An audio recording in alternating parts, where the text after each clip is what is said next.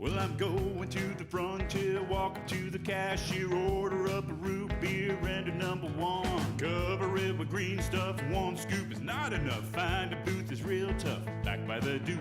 Meet my family, meet my friends in the quirkiest restaurant I have ever been.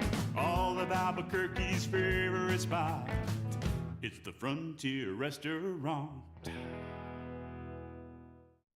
The Frontier Restaurant is a proud supporter of Proview Sports Network. Sadie's is a proud supporter of New Mexico high school sports and athletics, and we here at Proview Networks would like to thank Sadie's for their continued support in helping us bring you all of your New Mexico high school sports coverage. Car Crafters, proud supporter of Proview Sports Network. Are you sure we're supposed to be doing this? Don't worry, I've watched him do it 1,000 times. Come on, what's the worst that can happen? No! Bad dog! Hi, welcome to Car Crafters. What happened? Don't worry, we'll make it like it never happened. Car Crafters, it's like it never happened. Don't forget, every Proview Network sporting event is on sale at our DVD store. Go to www.proviewNetworks.com to buy your DVD today.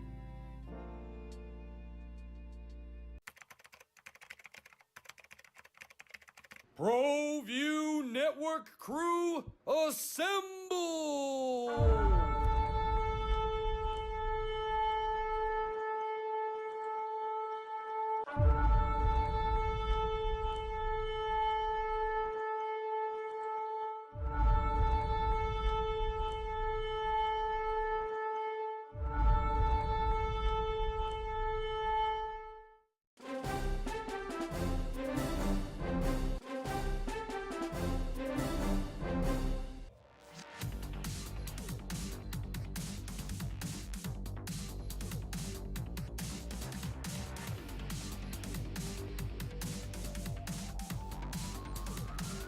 That's good! We're first!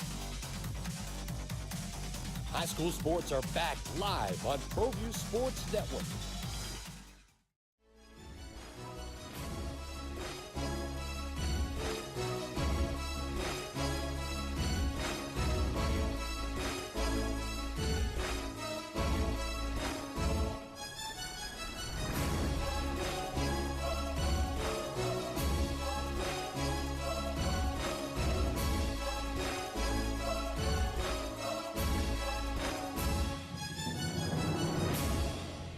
Hello, everybody, and welcome to Red Menace TV here on Proview Networks. Leroy Lucero along with Michael Carlisle of 610D Sports Animal. I forgot the FM, 95.9. There See, you I go. got it. There you go. And special guest, UNM Athletic Director, Eddie Nunez. Eddie, welcome to the show. Thank you. It's great to be here. Oh, great to thanks. Be here. Well, we've wanted to get you on for a while, but I understand you've been a little busy the past few months. I've had some things that have kind of taken a little bit of my time. Yes. Yeah. So the reason I want to get you on, and obviously to talk about all the stuff that's going on at UNM, but I did want to say this, okay, you've been here for almost a year. Mm-hmm. Michael, 17 years now? 14. 14 years. Yeah. I've been doing this for about 30 years, not TV, but radio, TV, internet, the whole gamut.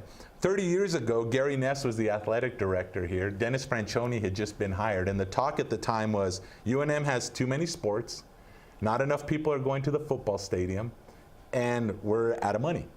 And it seems we've gone through a few athletic directors, a few football coaches, a few other coaches, and here we are in 2018. UNM has too many sports, not enough people go to the football games, and UNM doesn't have any money. It's a challenge. You know, college athletics, and even more today than it was back then, is becoming a challenge just to do our day-to-day business. The landscape of college athletics is constantly changing. There's lawsuits going on right now in the court systems that can change the whole perspective of intercollegiate athletics as what we know today. So those kind of things we are following, but it also has shown that because of escalating costs, because of the expectations to be at a certain level, it's harder to do business in the way we've done business. So yes, we're dealing with the same factors, unfortunately. that's part of the assessment process. We can move forward and build some sustainability for our department, right size the department, make sure that we have a plan in place that allows us to grow and support the current student athletes. So every athletic director in the country is in a similar position that we are. And I think that's what's important for people to understand, that UNM is not facing something that's just solely focused on UNM. This is happening in an industry. I mean, last week, the University of Illinois Chicago came out saying they were going to be reducing 2 sports in their department. You know, so and for financial circumstances. So I think as we've looked at all this, it becomes a really important thing as we move forward that we have that understanding. I think something a lot of people also don't realize is, while the price for student athletes go up, travel goes up, recruiting goes up, all that, the athletic department budget hasn't gone up in a number of years. No, and that's a great point. And I've tried to explain that to others. You know, travel continues to go up. Over the last 8 years, and I use that number quite a bit because over the last 8 years, our budget has not gone up. You look at the numbers comparison to others. I'll give you some examples. Travel, so we've had it stay balanced or actually be reduced in some respects. Equipment, our equipment costs all go up. Sure. And yes, we do have contractual opportunities with some apparel companies, but the reality is those costs still go up for other things. All those different facets have continued to, from inflation to whatever you want to put, insurances. The fact that we have to continue to pay those prices and try to just maintain ourselves makes it difficult and more challenging for our coaches. You know, I've said this to our coaches, and I've said this to the public. Our coaches have done an exceptional job. Exceptional job. I got here and I recognized it. One of my first things I recognized is they go out there, they fundraise.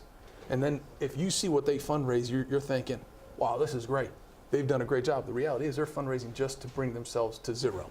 You know, they're doing that because if they don't do it, they can't do the bare necessities of what they're needing to do. So it's a great accomplishment that they've been able to do, but the reality is we have to find ways to infuse more money. Right now, our athletic department is subsidized from the state, the institution, and student fees at around 26%. You know, the average in our league is around 45%. So we're the least in our league in those 3 categories. So what we've been able to do to generate revenue from ticket sales and other aspects have been extraordinary. But the fact is we can't sustain this model. The model, we're already behind. Our coaches' recruiting budgets are ranked 8th and 9th in the league. And this year they're probably going to be 9th and 10th. So those are things that as we've developed these plans and we've assessed our department, we've wanted to make sure that we look at all this and we find ways to start putting these things in perspective to allow our student athletes, because that's what it's about. It's about our student athletes. Everything we do is to make sure they have a first-class experience here, and we prepare them for life after UNM. And right now, we're doing an okay job. We need to be doing an exceptional job for these kids. Now, Eddie, you come in, obviously then President Stokes is hired, and you're told we're going to have to make some sports cuts. What went into deciding which sports were going to be cut, and how difficult was that for you? Extremely difficult. I want to start off with that. I think it was very challenging for me personally as a former student athlete, as a former coach, to have to make any decisions. And when the first time we heard about that being as an opportunity or something that we had to truly look at as cutting these sports, I personally told everyone that I was going to do everything in my power not to get to that point. I was going to look at roster managing our teams. I was going to look at our budgets, because I knew the main driving force of this was the financial side of it. We had to get our finances in a right place. Well, when that challenge was ultimately put upon me that said, no, we have to get to this point, and then we had our Title IX report that came back and had questions basically that we had to do certain things differently. We weren't providing our female student athletes with the equity and the things they needed. That went into the perspective of, okay, I'm looking at all this. It was very challenging, very daunting task, something that I did not take lightly. I understood it. I myself, our consultant, had an opportunity to meet with a great contingency of individuals. I know people had questions that we didn't do enough with the community. We try to grasp certain pockets of the community. I did have an opportunity to speak to groups within each team as much as I could, spoke to coaches, spoke to some student athletes. But the fact is, it doesn't matter how we got to that decision. It wasn't going to be a good decision for whomever. And we tried to assess it. We had our foundational tenets that we've always said. We wanted to make sure that we were fiscally putting our institution in the right place. We were meeting our Title IX compliance, and ultimately, we wanted to strengthen our place and be more aligned with the Mountain West Conference. So with those 3 foundational tenets going into this, it made our decision a little bit clearer, but it wasn't the answer to say, okay, here it is. I still had to go through the weeds. I still had to look at academics, athletics, community support, all those different factors. And every one of our our coaches and our teams they've achieved success in every one of those areas. You know, people talk about, last thing I want to do is remove any one of our teams because they do an exceptional job academically. I mean, they do their part. They do it great. Athletically, everyone has had success at some point or another. Some have had everybody's had their ups and downs. So when did the Title IX aspect of it come in? So, and how did that change how you went about determining what sports were going to be cut? Because it's one thing when you're just looking, all right, we've got to save X amount of dollars, but then once the Title IX aspect of it comes in, that kind of changes the way you have to look at things. It does. When I first got here, part of my, again, any athletic director is to make sure that we're compliant within the NCAA, with Title IX and everything else. One of the first things that I started doing as I walked around, so I toured our facilities, I met with coaches, is started understanding there might be some challenges here. Realized that there hadn't been a study done for some time for this institution. I needed to have a better understanding. Again, it's part of this assessing my department. As I walk in, I want to understand, okay, what are the positives, what are the negatives? And it is my responsibility as a director of athletics to make sure that I have a department that adheres to those requirements, those federal mandates. So in January, we put out we had a consultant come in and do a whole assessment of our department. I knew that was going to be a part of my moving our department forward. What I didn't know at the time when we first initiated was that going to be a part of this ultimate decision of reducing sports. When I received that plan back from our consultant, I knew then that this had to be a part of this, because if we were reducing any sport because of budgetary reasons, I had to address our Title IX. It's a part of it. Sure. So Title IX wasn't the driving factor in the beginning of this. It was always a budget-driven decision. But Title IX, we had some deficiencies. The athletic department was in compliance up to this year, but because of adding beach volleyball. But the fact is, the support that was part of the plan was never implemented. So it really showed us that, you know, we can't just go and arbitrarily say we're going to add a team and don't put the emphasis in it. So that, again, all those different factors gave us an opportunity to really assess this, understand it, and make it a part of the ultimate plan, which is what we're trying to do. Real quickly, there was an article in the paper. You were quoted as saying possibly other sports might be cut. Now, I'll be honest with you, and I'll say when the sports cuts were first announced earlier this year, I thought you should get down to bare minimum, which I believe is 16 NCAA, correct? I thought you should just cut them all right away because I knew you were going to catch a rationing of hell like you have. So I figured might as well just rip the Band-Aid off completely instead of just doing piecemeal. I know that's hard, but talk a little bit about that quote in that article talking about possibly more sports being cut. Yeah, you know, I think when we went down this road, I did look at, 16 sports. Oh, that's the bare minimum we need to have. I called numerous ADs that I know in this industry that have actually gone through this and have told me, hey, you have certain things. If you're going to do it, do it. I could not look at myself in the mirror and say that I'm going to cut additional sports without that rationale, without that understanding. I knew what we had to be, but I also knew where we wanted to be as an athletic department and how we can do that. So again, making the decision to cut sports, nobody from myself to the president to the regents, everyone that was involved wanted any part of wanting to cut sports. Right. And I think, I know that's, people will question that till the end of the time, but the reality is we didn't. But we understood that we had to bring this and make it right-size this department. In respect to the comment, that was a question that was asked of me at one of the last Regents meetings, and I articulated myself by saying, and what I still feel today, with the changes in the landscape of college athletics, there's a lot of things that are coming down that we have to be prepared for. Also, keep in mind things that we just discussed with our budget not being at the level it needs to be. when we presented my plan, my recommendation to the president, it had bits and pieces from everything from addressing our finances to addressing institutional state. All that is still having to be completed. So the plan of cutting sports was a part of this. Ultimately, we have things in that presentation that say we have to get ourselves in the right financial position, because if not, 5-10 years from now, we might be in a similar situation if we don't address those topics now. It's not about bringing sports back.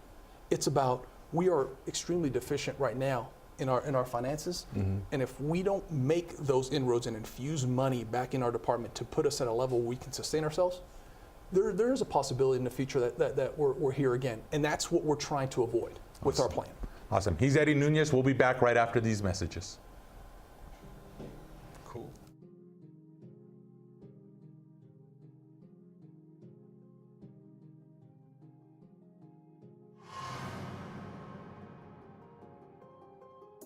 Right, twins to the right, twins to the left. Garland's throwing to the end zone. Got a receiver out there. Caught, touchdown. Jamal, man, this beat is crazy.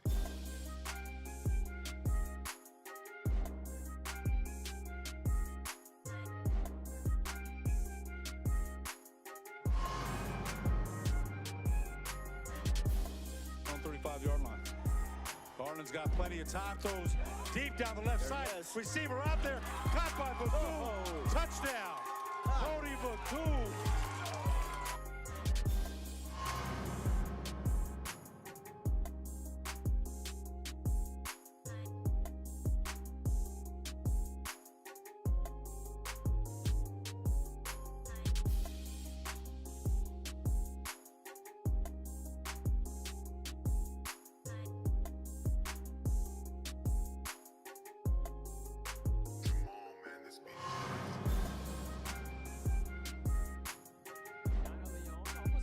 Getting the ball knocked forward. Gabe Legendre's on a run. One-on-one. Legendre! 1-0 to the Cleveland Storm. And that's the 11th goal of the season for Gabe Legendre. And he's going to celebrate with the Storm faithful.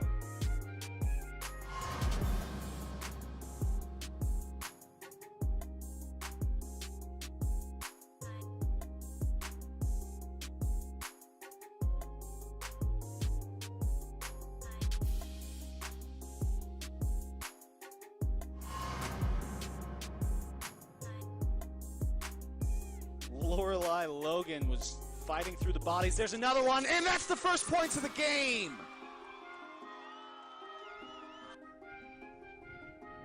This one again, short and low. And that's another score for the Cougars.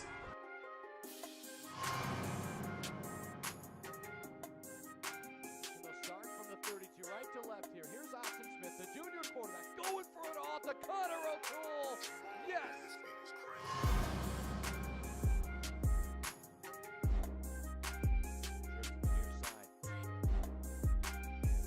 He's got an arm and he's got his guy, and it's caught! Touchdown!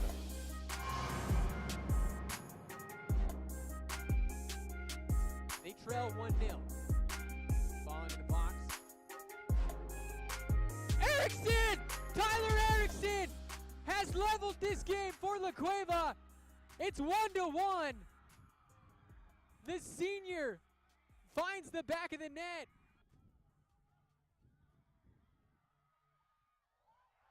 Oh, and a goal. It's a goal for La Cueva.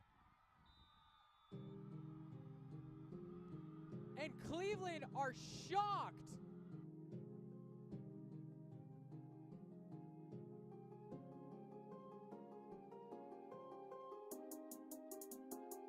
Don't sacrifice quality of flavor when you're in a hurry. Golden Pride offers ribs, fried chicken, green and red chili breakfast burritos, and Frontier Cinnabons. 4 great locations, or visit us online at goldenpride@abq.com. Golden Pride Barbecue Chicken and Ribs, proud supporter of Proview Sports Network. Sadie's is a proud supporter of New Mexico high school sports and athletics, and we here at Proview Networks would like to thank Sadie's for their continued support in helping us bring you all of your New Mexico high school sports coverage. Get into the game with Garden Swartz Team Sales.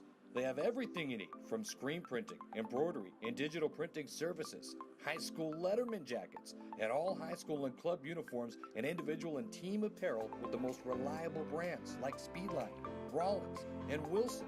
And don't forget to check out the latest F7 Shut helmet. It's all at Garden Swartz Team Sales. Give them a call, 505-884-1234. Garden Swartz Team Sales. The New Mexico High School Coaches Association, established in 1941, is an organization of New Mexico's best and most professional interscholastic coaches. Coaches across work daily to help our student athletes excel in the classroom, on the field of play, and in our communities. Students that participate in interscholastic activities attain higher grades, higher graduation rates, and higher wages. Responsible for the North-South All-Star Games, statewide Coaches Award Program, and providing multiple professional development opportunities for New Mexico's coaches. Be a great coach by coaching beyond the game.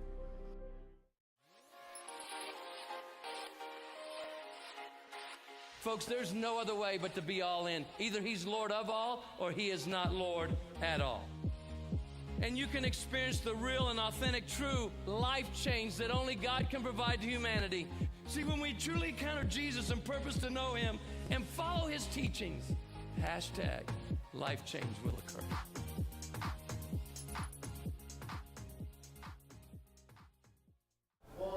Welcome back to Red Menace TV here on Proview Networks. Eddie, I had to ask you one last question about the present and the past before we move on to the future. We talked about sports cuts and the budget and stuff. One last thing, I'm not going to insult anyone's intelligence by saying cut football. I understand how stupid that sounds. I'm sorry, I'm just going to say it. I'll say it. You don't have to say it, I'll say it. But obviously there are cuts that had to be made to the budget for football. Talk a little bit about what you've done or what you guys have decided to cut some of the fat off of football. And I think we got to be very careful when we say we're going to cut too much fat off football. I mean, we have to be able to be competitive in all our sports. And football has done a tremendous job already with a very minimal budget in comparison to what we're competing with in our league. Just like I do for every other sport, you know, I compare it, I look at not just what we're doing, how we're doing business, but we're also looking at what our competitors are doing. And when I look at football and I try to understand where their budget is, we have already made some significant reductions in that area. Some of the things that we've added to it are trying to work with their scheduling, minimizing some recruiting travel, which again hurts us in the future. But Coach has been very willing to do this. I know people don't understand. Sometimes it seems a little simple-minded, or staying at a hotel the night before. That's something that happens across the industry. Absolutely. And what it's geared for is to be able to have all your student athletes in one space, control and make sure they're not doing anything that they shouldn't be doing. Gives them an opportunity to meet the night before, plan, do a lot of things. To be able to do those functions has been a little bit of a challenge. I'm not going to lie to you. Mm-hmm. I mean, because finding spaces on a Friday night when we have venues being utilized for other events and in town, either we're still renting a space because we need a certain space, and then Saturday mornings when they meet for breakfast, you're talking 100+ student athletes having to meet somewhere. Where do we do this? I mean, there's already things planned in the Union and the Pit and other areas, so it becomes a little bit of a challenge. But Coach was willing and understanding of the situation to make some of those some changes. So overall, we've done a lot, and we're going to continue to make sure that they do business. But the fact is, we have to infuse money back into that sport, into men's basketball, into all of our sports. Because if we want to be successful, we have to find ways to give them an opportunity. I'm not saying infuse it so that they're the top of our league. I mean, I think everyone understands that that's a difficult task. But can we put ourselves in a position where we continue to do it, where they can continue to do business without going over, because our budgets are extremely low. Yeah. The travel, recruiting, everything else. I guess this question could apply to all sports, but specifically since we're talking about football, football is the sport that has the biggest potential for growth, be it attendance, success. How do you balance cutting things from a budgetary standpoint versus at the same time, you want football to get better, you want more people to show up, which honestly is probably in the long run going to involve more money. How do you balance, the trimming of the fat, as Leroy put it, versus infusing more money? The fact is, I could get 20,000 people there on a marginal day, where I can't get in any other of my facilities, and any other sport. And that is a big plus. We have to find ways to grow that fan base, grow that attendance, the interest. And again, it goes back to what football brings for our department is immense. People don't want to consider it or understand it, but being a part of the Mountain West, 88% of the money we get from our conference distribution is driven directly from football, from the college football playoff system, from the conference TV, everything else. The rest of it is from really basketball. So those two sports are our primary generating revenue generators that we have to let everyone know how important they are. That money doesn't go straight to football. That goes to every one of our sports. Guarantee games that they play. We played Wisconsin this past week. That money doesn't go just to football. That goes to help every sport. So ticket sales goes to all sports. So what football really brings in is extremely important for our department to move forward. It really is, and we have to find ways to grow that attendance. We have to get people in the stands. Our student athletes deserve it more than anybody else. Our student athletes deserve our Lobo fans to come support them, support all our teams. But basketball, again, that's another one right behind that. I tell everyone, we have to pack the pit. Right. We've got a great product, great coaches, both in our men's and women's. Now's the time. Now's the time to take a stance, make a difference within our department, and how we can really grow this. I mean, basketball is what has made this department what it is today, with all the other successes we've had in again, from ski to soccer to cross country. We have the #1 cross country team in the country right now. We got to take advantage of this and be able to continue to support them the way we can. Awesome. Eddie, you came here in an odd way. I mentioned this. Basketball coach was replaced. He was hired. Then the AD was retired, I guess is the official call. Then the acting president hired you, and then the acting president was gone. That's all backwards. Your first time here, basically at UNM, there's the situation at the football game with the kneeling and that. You've gone through multiple investigations, not you personally, but the department's gone through multiple investigations, football investigations, sports cuts, audits, redos of sports cuts, Board of Regents meetings, politicos getting involved in everything. Is there a point when you can start putting your vision into Lobo Sports? What is your vision for Lobo Sports moving forward? I feel like you're singing to Partridge in a Pear Tree. I mean, everything. 753. Now, you know what? It's been a challenge, and I commend our fan base for the ones that have stayed with us and supported us. My focus since day one was building our trust back with our fan base. That will continue. It's building them and letting them know that we're going to do things a different way. Not to say that it was done right or wrong. We're going to do it a different way, and we're going to be accountable for what we do. And that goes from our budget to our audits to our investigations to the way we conduct business on a day-to-day. Everyone in my department is going to be held accountable for their actions, and that's my responsibility as the leader. Now that we're hoping to start moving forward, people ask, I am moving forward. Unfortunately, as hard as that is to hear, with the decision that was rendered as far as reducing our sports, I'm still going to support every one of our teams that are here right now. Every one of our student athletes, from soccer to ski to beach volleyball, every one of those teams will be supported just like everyone else this year. But I am planning for the future. And right now, the focus is reorganizing my department. I haven't had the time to really. Now I've been doing a great job of trying to assess and understand, and there's been some changes within our department, but the fact is that whole restructuring of my department now is going to be, you're going to start seeing it being implemented. The reorganization of the Lobo Club, that is something that's been important to me. Why? We just got to have more of an emphasis on major gifts, more of an emphasis on annual giving. We've done a tremendous job with a very limited staff. Now it's time to kind of refocus everybody, re-energize everybody, and put them back out there.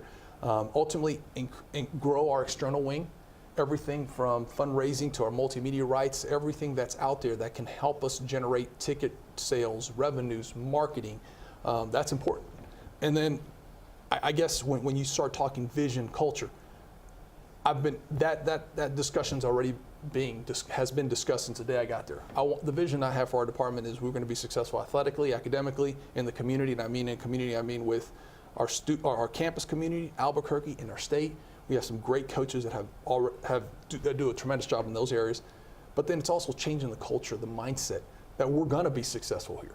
We're going to do it the right way too. We're not going to take any shortcuts in getting from where we are today to where we're going to be. We've had success academically. Our student athletes have garnered the highest number of all conference academics to ultimately being the highest non-Power 5 school for a good percentage of last year, and ultimately still being in the top 5 non-Power 5 schools in the Director's Cup. That goes a long way. Now, if we can find ways to make up those gaps, the financial gaps and everything else, which we will do, it will happen. I have confidence in my staff. I have confidence with the president moving forward that we will get this where we need to be. We have a exceptional basketball coach and Coach Weir. We have Coach Bradbury, Birmingham, Davey, all of them in conjunction with Coach Franklin and others that have garnered some successes. All those great coaches have been a tremendous advocates for us. We have to do our part now and get back and give them the support they need.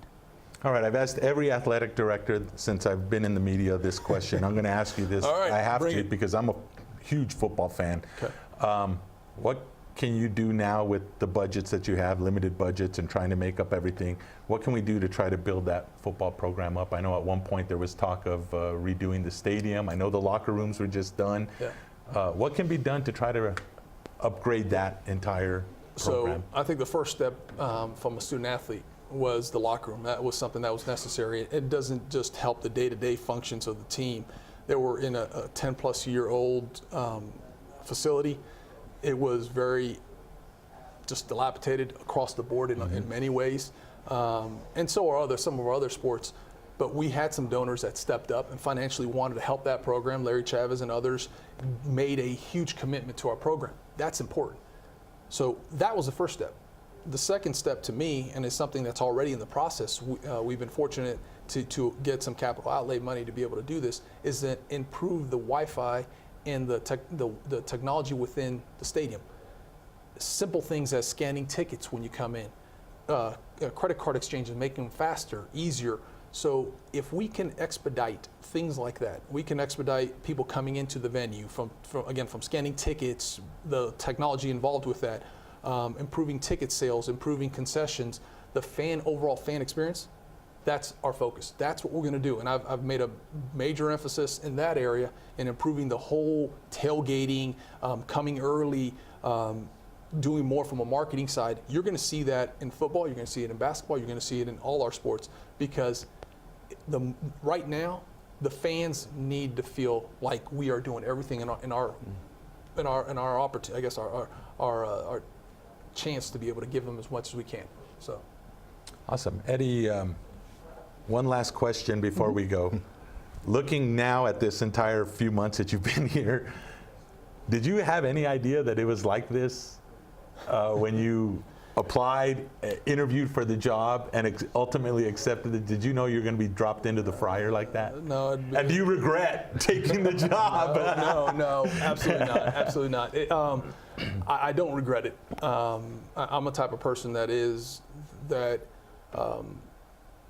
looks to try to make things different and challenging them and making our department better. When I first was approached about the opportunity here, none of this till the day, till after I got here, were some of these things articulated to me in some of the full extent of them. But I will say, I did know that there was some budgetary because I'd read in the paper and seen it. The full magnitude, no, I was not aware of it. But looking back at it today, it is something that I think anybody would have still. University of New Mexico is such a great place. My family and I have loved Albuquerque. We've loved New Mexico. The opportunity to be great, not just be very good, be great here across the board, is in place.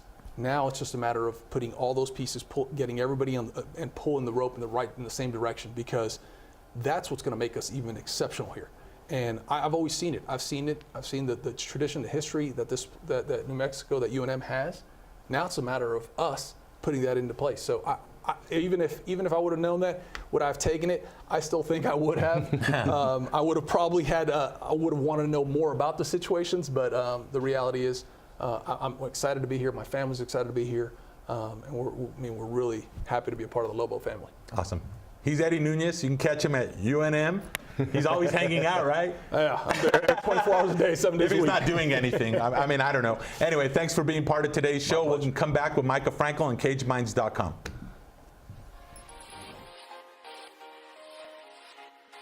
Folks, there's no other way but to be all in. Either he's Lord of all or he is not Lord at all.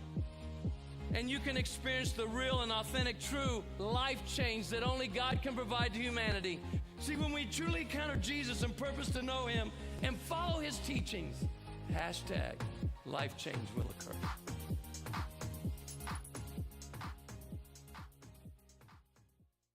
The Barley Room, a proud sponsor of Proview Networks for over 9 years, is pleased to introduce Black Iron Catering. From weddings and family reunions to birthdays and office parties, Black Iron Catering is perfect for any event. Contact Jamie at 505-459-8259 and book your event today. Black Iron Catering. Let us bring our kitchen to you. Well, I'm going to the frontier, walk up to the cashier, order up a root beer and a #1. Cover it with green stuff, one scoop is not enough. Find a booth is real tough, back by the Duke. Meet my family, meet my friends in the quirkiest restaurant I have ever been. All of Albuquerque's favorite spot, it's the Frontier Restaurant. The Frontier Restaurant is a proud supporter of Proview Sports Network. Sadie's is a proud supporter of New Mexico high school sports and athletics, and we here at Proview Networks would like to thank Sadie's for their continued support in helping us bring you all of your New Mexico high school sports coverage. Car Crafters, proud supporter of Proview Sports Network. Are you sure we're supposed to be doing this? Don't worry, I've watched him do it 1,000 times. Come on, what's the worst that could happen? No! Bad dog! Hi, welcome to Car Crafters. What happened? Don't worry, we'll make it like it never happened. Car Crafters, it's like it never happened. Don't forget, every Proview Network sporting event is on sale at our DVD store. Go to www.proviewNetworks.com to buy your DVD today.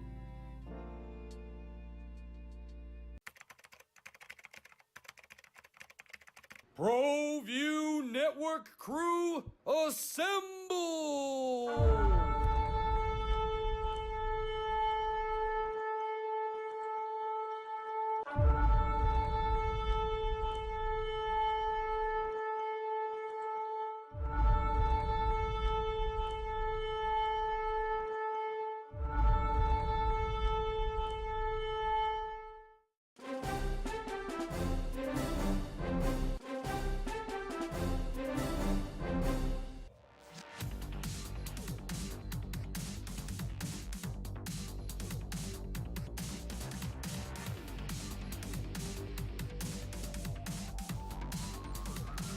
That's good! We're first! High school sports are back live on Proview Sports Network.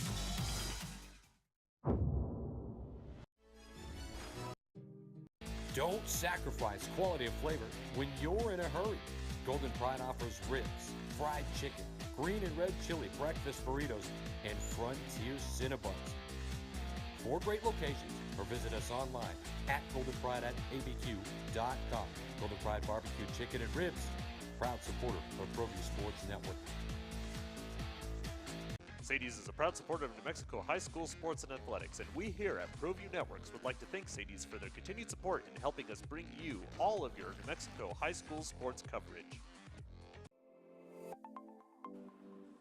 Get into the game with Garden Swartz Team Sales. They have everything you need, from screen printing, embroidery, and digital printing services, high school letterman jackets, and all high school and club uniforms and individual and team apparel with the most reliable brands like Speedline, Rawlins, and Wilson.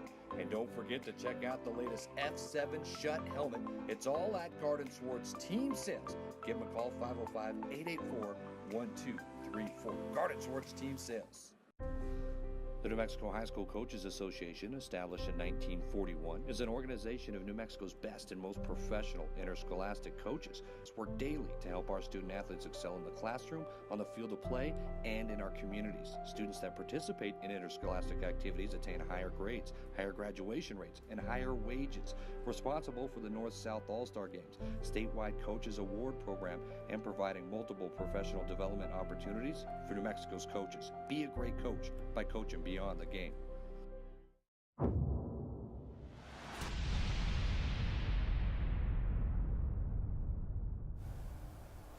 Welcome to the place where we talk about people getting punched in the face. This is Caged Minds. I'm Micah Frankel. No guest this week, but a lot to go over, a lot to talk about. Holly Holm has had a minor knee surgery. She's expecting to be back in the octagon early 2019. And according to Lenny Frescas, he's putting out that it should be a big fight, and gathering that it'll be against a Brazilian title holder in the UFC, possibly looking at fighting either Chris Cyborg or Amanda Nunes, who are currently lined up to fight each other with no other title challengers on the horizon, making that women's super fight. Michael Chiesa, who was one of the victims that was hit by glass and attacked by the antics of Conor McGregor and his attack on the bus at the Barclays Center prior to UFC, I believe that was, 210 we're talking about? Michael Chiesa has officially filed his lawsuit suing Conor McGregor. Wait to see what happens, as we're still seeing if Ray Borg and Rose Namajunas possibly, and also the UFC employee whose hand was injured, also follows suit and start litigation against Conor McGregor, who obviously is going to have to pay out a pretty penny, having basically admitted his wrongdoing, copping a plea with the state of New York. And also not the fact that the UFC disgustingly continues to roll the footage of the incident in promos for the upcoming UFC 229 fight between Conor McGregor and Khabib Nurmagomedov, who McGregor was trying to get at by throwing the dolly through the window. That stuff is disgusting. Now we have a couple slides for you. First one, this site is no longer, come on back to me now, Alden, because just wanted to show that real quick. Nico Montano there winning the UFC flyweight title, first ever women's flyweight champion, winning the tough finale. She has been stripped due to a rough weight cut and not being able to attend the weigh-ins, being hospitalized in Dallas prior to UFC 228 this past weekend. Montano was then stripped of the title by Dana White. Interestingly enough, this comes 10 months after Montano wins the fight. Now, if you recall, it was 17 months after Conor McGregor ran away from the octagon before he was stripped of his lightweight title. Tyron Woodley, who just defended his title at UFC 228, was allowed 14 months to recover from shoulder surgery before any such action obviously was not taken against him. Furthermore, Max Holloway, who last defended his title the day after Montano won her title, has missed out on fighting 3 times in a row. Health concerns due to weight cuts, due to the commission stopping his weight cut, due to concussion-like symptoms during his weight cut. Max Holloway's fights have been canceled 3 times in a row. He has not been stripped of his UFC title, but yet Montano was, raising a lot of ire and definitely raising a lot of eyebrows in the MMA community, feeling the fighter has not been given the just time. Also, I got on very good sources that many people tried to tell the UFC, including Montano and her management team, that they would have preferred a October date instead of the September date, knowing that the fighter, coming off of several surgeries, not to mention an illness, was a little bit heavier than normal and needed that extra time. The UFC did not align it. The controversy is deep on this one. The flyweight title is vacant, and the UFC has announced that Valentina Shevchenko, it's not like they just want to give her the title, but she will obviously be involved in the fight for the vacant title. Wow, that was a lot of stuff. I think it's not all negative, though, this week. Let's go on to the next slide. Well, we have some highlights coming to us. Access TV had a big show in Nebraska. It was LFA 48 this past weekend. And we do have a couple highlights of that one, courtesy of Access TV. Let's start off here. Kevin Kroom, who I had the chance to interview, is taking on Derek Minner. Minner, early on, getting the fight to the ground where he wants it to be, causing a scramble. You see Kroom answering back. Minner there, deep, going for the choke, winning the scramble, getting the hips higher. Kevin Kroom gets the dominant position, taking the back, and elbowed his way to the referee, jumping in, getting the TKO victory. A big one for the hard-hitting Hillbilly, getting back in the win column. Let's continue with the highlights. Again, courtesy of Access TV. We're to the co-main event where Charles Johnson there in the red and black was taking on, in the black, Brandon Royval. Royval quickly climbing the ranks of the Access TV top 5 here in the lightweight division. Possibly could he become the next title challenger for Mikel Pettis. You saw a lot of brilliant striking right there from Royval, en route to a decision victory. And now to the main event. We also have another highlight, is Ryan Lilly there in the black and yellow. Great right hand early. Rufian Stotts there in the white. The former Division I national champion wrestler, able to dictate with that wrestling, with changing levels, confusing Lilly, who wanted to strike, and eventually getting the fight to the ground, pounding out to the finish from that mount position. That wasn't the only action this weekend. I believe we have another slide we can real quick show to give you the full fight card. You can get the full results for this fight card. UFC 228 that took place at the American Airlines Arena in Dallas, Texas. Full results at cageminds.com. Fight Pass prelims, we don't have any highlights, but his striking was on point with a great 3-punch combination. Jim Miller back in the win column. The Nightmare, Diego Sanchez, it was a must-have victory, and he took Craig White to the ground, grinds out the Brit, en route to a decision victory. Great wins for both of those veterans. Now we can get to some highlights courtesy of the UFC on Fox. Here we go. Jeff Neal, devastating head kick of Frank Camacho. A brilliant performance, and watch the way Camacho falls right there. Hit his face on his own knee. Knockout of the year contender right there. Jeff Neal, a prospect to keep your eye on there in the welterweight division, a tough Texan. We can continue on with the highlights. We got a couple of them, Alden. Let's roll up next. Here's Aljamain Sterling, a dominant position on Cody Stamann, and you don't see this leg lock off, and Stamann, his back is taken. He's trying to get Sterling off. Sterling grabs the leg, pulls, and a knee bar, actually popping the leg out to the side. Very, very painful submission right here. Aljamain Sterling, the Funk Master. First stoppage victory in about 6 fights. That was a big one for the top 10 ranked bantamweight. Let's keep going on with those highlights. She may be the female Khabib Nurmagomedov. Tatiana Suarez takes down and dominates Carla Esparza. Esparza, the former Invicta, the former UFC strawweight champion who dominated so many with her wrestling, got grinded out and pounded. A new contender in the women's strawweight division. A big win for Suarez. Let's move on to the pay-per-view, all the way up to the co-main event. Got a brief little highlight here for you of Jessica Andrade versus Karolina Kowalkiewicz. Big right hands, nasty power, not afraid of any of the shots returning her way. Jessica Andrade just walked down the Polish fighter, wanted to exchange, wanted to land, was desperate for the knockout. Fight only lasts, what do we go, 2 minutes, and we're giving you about 30 seconds of highlights, non-stop action. Right hand there that you kind of saw as we faded away was the finishing touches.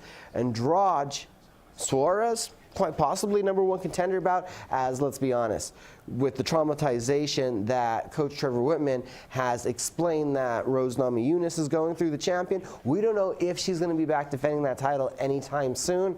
Suarez Andrade, that could be one heck of a fight there in the women's 115-pound division. We also had a title fight up there at the main event.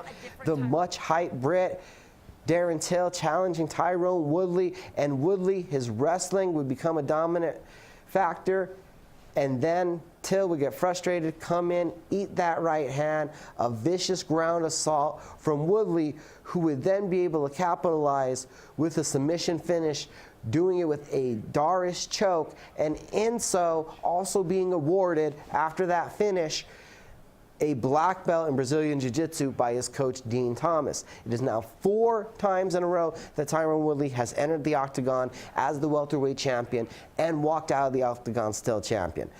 There's been thoughts right now going around that the UFC does not respect their welterweight champion enough. That's been pretty evident. But as fans, as the community of MMA, you've got to acknowledge that all time, Tyrone Woodley is a top 5 welterweight. I know he wants to be the greatest of all time. There's a couple questions to be answered, maybe a little longer title reign before we can definitely cement that. But top 5 in my mind, hands down. So we look back at a lot of stuff from last weekend. Let's move on to what's coming up this weekend. Got a couple slides. On the local scene in Alamogordo, Holloman Air Force Base is playing host to American Fight League Clash of the Titans 3.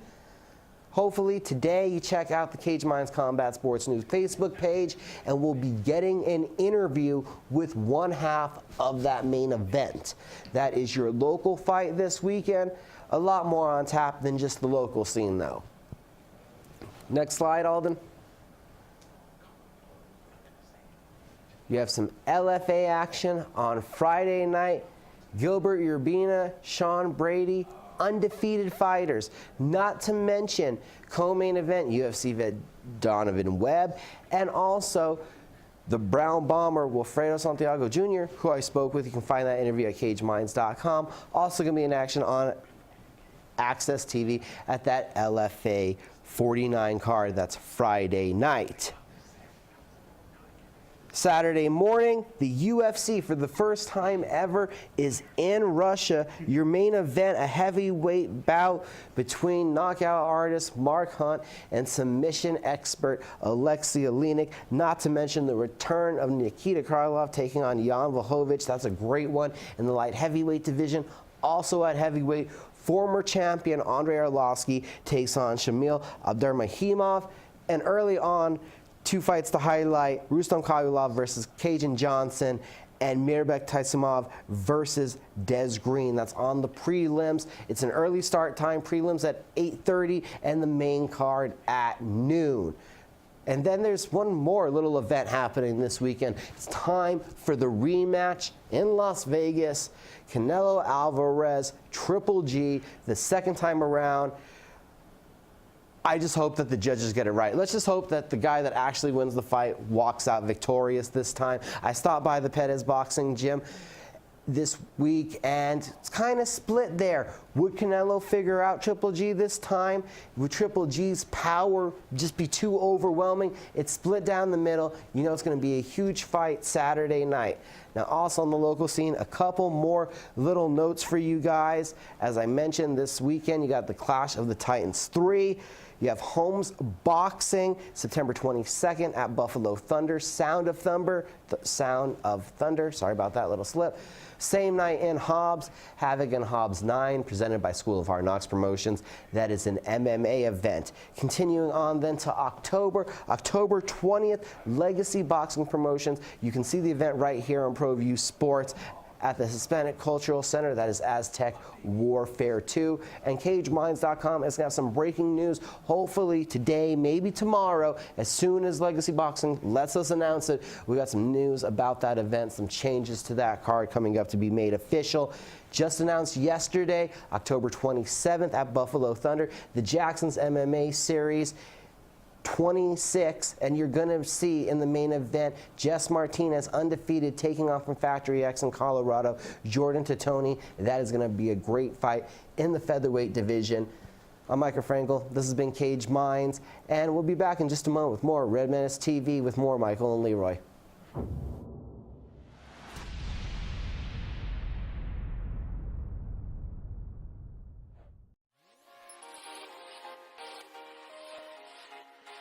Folks, there's no other way but to be all in. Either he's Lord of all or he is not Lord at all.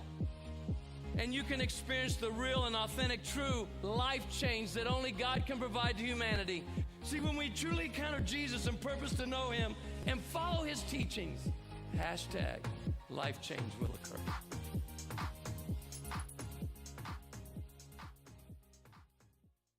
The Barley Room, a proud sponsor of Proview Networks for over 9 years, is pleased to introduce Black Iron Catering. From weddings and family reunions to birthdays and office parties, Black Iron Catering is perfect for any event. Contact Jamie at 505-459-8259 and book your event today. Black Iron Catering. Let us bring our kitchen to you. Well, I'm going to the frontier, walking to the cashier, order up a root beer and a number one. Cover it with green stuff, one scoop is not enough. Find a booth that's real tough, backed by the Duke. Meet my family, meet my friends in the quirkiest restaurant I have ever been. All of Albuquerque's favorite spot, it's the Frontier Restaurant. The Frontier Restaurant is a proud supporter of Proview Sports Network. Sadie's is a proud supporter of New Mexico high school sports and athletics, and we here at Proview Networks would like to thank Sadie's for their continued support in helping us bring you all of your New Mexico high school sports coverage. Car Crafters, proud supporter of Proview Sports Network. Are you sure we're supposed to be doing this? Don't worry, I've watched him do it 1,000 times. Come on, what's the worst that can happen? No! Bad dog! Hi, welcome to Car Crafters. What happened? Don't worry, we'll make it like it never happened. Car Crafters, it's like it never happened. Don't forget, every Proview Network sporting event is on sale at our DVD store. Go to www.proviewnetworks.com to buy your DVD today.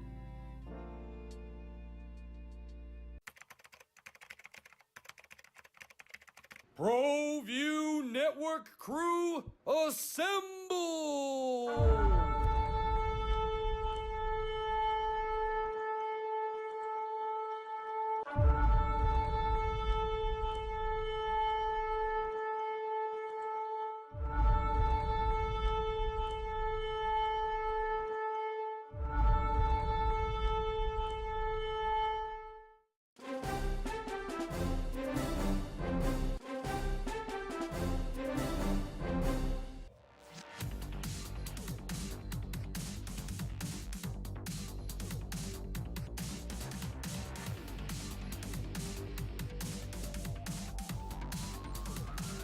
That's good for first.